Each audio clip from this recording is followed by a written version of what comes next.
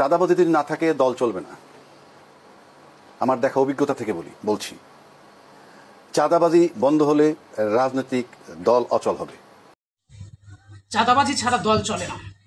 যে যত বেশি চাঁদাবাজি করতে পারে তার দল তত বড় হয়। আবু হেনা রাজ্জাকির এই তিক্ত কথাগুলো আপনারা শুনে যাবেন। শোনার শেষে আপনার মূল্যবান মন্তব্য অবশ্যই কমেন্ট বক্সে জানাবেন।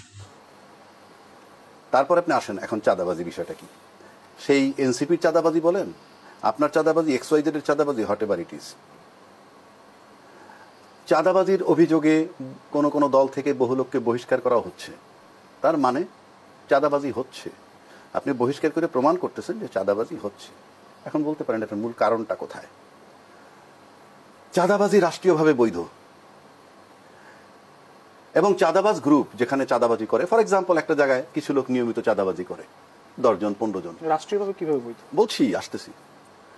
তো সেই জায়গাটায় যদি 10 জনে করে রেগুলার, সেখানে যদি আপনি 30 জনের একটা টিম নিয়ে তাদেরকে কিক মেরে সরিয়ে দিতে পারেন, তারপরে যদি রাষ্ট্রের যারা চালায় কাঠামো, মানে রাষ্ট্রের যে অর্গান প্রশাসন, তার সাথে যদি আপনি আতাত করে ফেলতে পারেন, তাহলে ওই চাঁদাবাজরা আউট হয়ে যাবে। পরের চাঁদাবাজ যারা, তারা ওখানে সার্ভাইভ করবে with a very good understanding with the administration. এখন এইবার আসেন রাষ্ট্রীয় চাঁদাবাজি।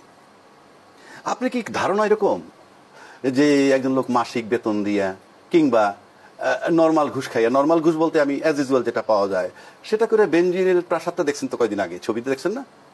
ওইটা কি বানানো সম্ভব? ওইটা কি কেনা সম্ভব? ওইটা কেনা সম্ভব কিভাবে জানেন? একজনের ধরে আনলেন, আমি র্যাবের ডিজি, রাত্রে ক্রস ফায়ার হবে, 1 crore দে। এটা চাঁদাবাজি, এটাকে বলে রাষ্ট্রীয় চাঁদাবাজি। চ্যালেঞ্জ করেন রাষ্ট্রীয় চাঁদাবাজি। আসেন সচিবালয়, ফাইল আটকায় টাকা নেয়া। আপনি হয়তো জানেন না যে বাংলাদেশে যারা নির্বাচিত এমপি পর্যন্ত হয় তাদেরও অফিসিয়াল কাজকর্ম থাকে, তারা হাতে কলমে সবসময় তারা যায় না, তাদের লোক যখন কাজ করে তখন তারাও কিন্তু ওই টাকা পাঠায়। কাজটা করে নিয়ে এত ঝামেলার দরকার নাই, তার মানে ওই চাঁদাবাজি। এবং একজন ভদ্রলোক সত্য কথা বলছেন, সেটা হলো উনি খুব মডার্ন একটা আধুনিক স্মার্ট নাম দিছিলেন, আবুল মাল আব্দুল মুহিত, স্পিড মানি। মানে চাঁদাবাজি সেটাকে যদি আপনি অফিসিয়াল লেভেলে আনে ঘুষ, তারপর আপনি বলতেন স্পিড মানি। এই যে চাঁদাবাজি যেটা আপনি বলতেছেন, এই চাঁদাবাজি রাষ্ট্রীয়ভাবে বৈধ।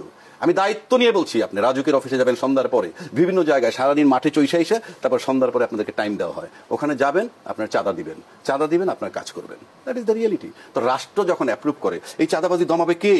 প্রশাসন। চাঁদাবাজিটাকে কন্ট্রোল করবে আলটিমেটলি প্রশাসন। যে আপনি যদি চাঁদাবাজির ভিকটিম হন এবং আপনি গিয়ে কমপ্লেন করেন, if no action is taken, then আপনি কি মানে দাঁড়াইলো কি? আপনি চাঁদাবাজি হইলো, আপনি গেলেন, কমপ্লেন করলেন, অ্যাকশন হইলো না, তার মানে ওটা অ্যাপ্রুভড। আবার বেনজিরের বাড়ির দিকে তাকান, যার বাড়ির দিকে গেলে ইমেলদা মার্কসের কথা মনে হয়, তার জুতা, তার স্যুট, তার কোন বংশে। এমন কোন সচিব নাই যার শ্বশুর ধনী না, ফ্ল্যাট কিনছে, শ্বশুর টাকা দিচ্ছে, XYZ। আপনি তদন্ত করেন, including all the political leaders. আপনি কয়টা লোকের পাবেন? এবং আমি দায়িত্ব নিয়ে বলছি, পলিটিক্যাল লিডাররা ব্যবসা করে, কেউ তারা কি করে জানেন? ব্যবসাটা হলো নাম কস্তে। চাঁদাবাজির টাকা একটা ব্যবসা বাড়িতে নাম কস্তে, এটা দিয়ে আমার প্রচুর ইনকাম হয়।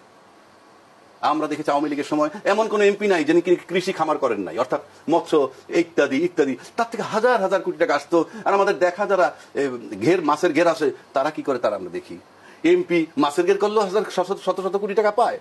সচিব বিয়ে করছে, সব সৈয়দ বংশের হাজার কোটি টাকার মালিক তাদের শ্বশুররা, আসমান ফাইরে টাকা আসছে। আমি তো এই গ্রহের মানুষ, আরেক গ্রহের না। তো রাষ্ট্রীয়ভাবে যেটা বৈধ সেটা চলমান। আমি এর আগে একবার বলছিলাম, এই রাষ্ট্রীয়ভাবে চাঁদাবাজি বৈধ। আপনি এই রাষ্ট্রীয় চাঁদাবাজি যদি বন্ধ না করতে পারেন, আপনি চাঁদাবাজি বন্ধ করবেন কেমনে? এবং সেই দল তত বড় যে দল যত বেশি চাঁদাবাজকে শেল্টার দিতে পারে। Very simple. কাজে আপনি ইউ ক্যানট স্টপ ইট, পারবেন না বন্ধ করতে। এখন এটা বন্ধ করতে কি করতে হয়? মানুষের নৈতিক অবক্ষয় হয়েছে। আপনি দেখেন, এত বড় একটা আন্দোলন হইল, প্রত্যেকটা দল ক্লেম করে যে আন্দোলনে আমরা ছিলাম। তো ছিলেন যখন, কোন দল বলে আমাদের কয়েক শত লোক মারা গেছে এটার ঘটনায়, সেইটা নিয়ে কুস্তি লড়তেছে, এখনো ঐক্যমত্যে আসতে পারতেছেন না। কেউ বলে আমি রাষ্ট্রীয়ভাবে স্বীকৃতি দিব, সাংবিধানিকভাবে দিব না। তো এই যে বিষয়গুলো, সুতরাং চাঁদাবাজি বলেন, ইভেন এর আগে আমি আপনাদেরকে বলছিলাম, চাঁদাবাজি আরো দেখবেন রাষ্ট্রীয়ভাবে মবটা পর্যন্ত বৈধ। রাষ্ট্রীয়ভাবে মব বৈধ।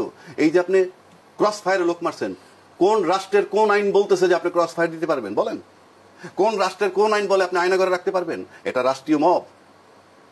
ব্যাংকের থেকে টাকা চাহিদা মাত্র নিয়ে গেছে, এটা হলো অর্থনৈতিক মব। আমি আজকে একজন ব্যবসায়ীর কথা বলছি, একজনের ব্যবসায়ীর সাথে আমি কথা বলছি, সে পরিষ্কার, আমি তাকে বললাম যে ভাই ব্যবসা বাণিজ্য কেমন? ফর গডস সেক, সে বলতেছে না কোনো অসুবিধা নাই। ওই লোকগুলোর অসুবিধা হইতেছে যে 200 কোটি টাকার ব্যবসা করবে, ব্যাংকে গিয়ে বলবে 500 কোটি টাকা দাও, তাদের প্রবলেম হয়েছে। They are not getting money that way. তারপরে যদি বলেন অসুবিধা তো হইতেই পারে, আপনি এই জায়গা থেকে আসলে পরিত্রাণের কোনো উপায় আছে? হ্যাঁ, পরিত্রাণের উপায় হলো এই, আপনি যখন পলিটিক্সটাকে নিছেন প্রফেশন হিসাবে, রাজনীতি যদি আপনি প্রফেশন হিসাবে নেন তাহলে আপনি এটা ভালো হবে না তো। এক। দুই, মেম্বার অফ পার্লামেন্টের মাথায় থাকতে হবে আমি শুধু আইন প্রণয়ন করব, এর বাইরে যাব না। এক্সিকিউটিভ ইঞ্জিনিয়ারের সাথে কথা বলতে পারবে না, এক্সিকিউটিভ ইঞ্জিনিয়ার ডাইকে বলবে যে বিলটা দিয়ে দেশ না কেন, ওইটা করতে জাস্ট গো টু উপজেলা chairman. You are unfit to be a member of parliament. Member of পার্লামেন্টের কাজ শুধু আইন প্রণয়ন করা, মেম্বার অফ পার্লামেন্টের কাজ হলো রাষ্ট্রীয় নীতি নির্ধারণ করা।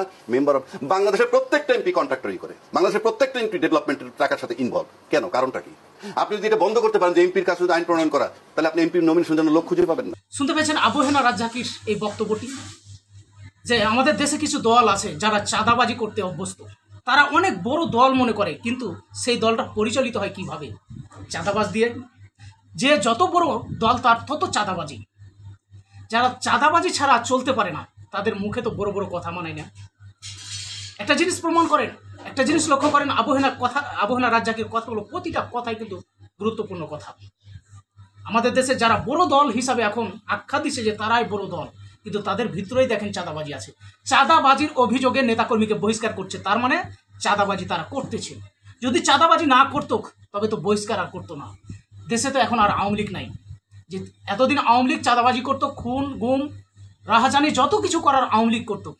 এখন আবার 5ই আগস্টের পর আসলে কারা করছে প্রশ্ন থাকছে না? কারা করতেছে? এখানে তো আওয়ামী লীগের শীর্ষ নেতারা দেশ থেকে পালিয়ে গেছে, বিভিন্ন দেশে অবস্থান করছে। তারা তো হাওয়াতে উড়ে এসে এই কাজগুলো করতেছে না, করতেছে তো এই দেশের মানুষ। এই দেশের বর্তমানে যারা দল আছে সেই দলের নেতাকর্মীরা। কি বলেন? আপনাদের মন্তব্য।